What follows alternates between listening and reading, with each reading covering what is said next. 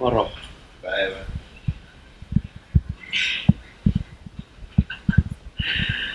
Nyt on operoitu. Joo. Miten se sujuu? En mä tiedä, mun nukahdi 5 sekunniksi, sit mä heräsin, että mä toin tänne. Okei.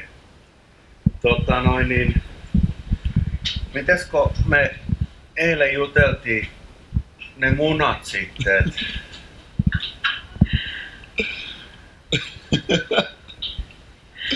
Kyllä vissi on vielä tallella.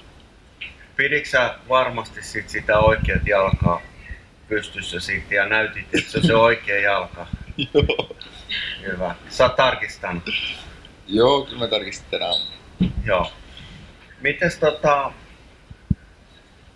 tuliko toipumisen suhteen mitään?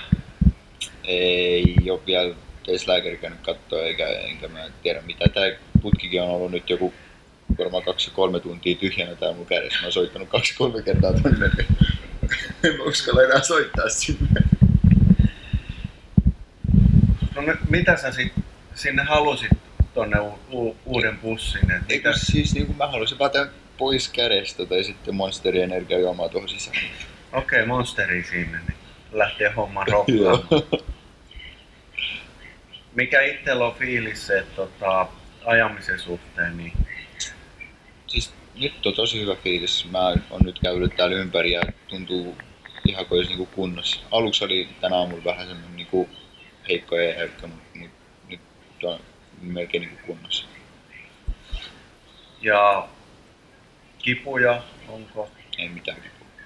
Okei. Ei mitään. Se ottaa aikansa ja sitten taas homma lähtee rokkaamaan. Kyllä.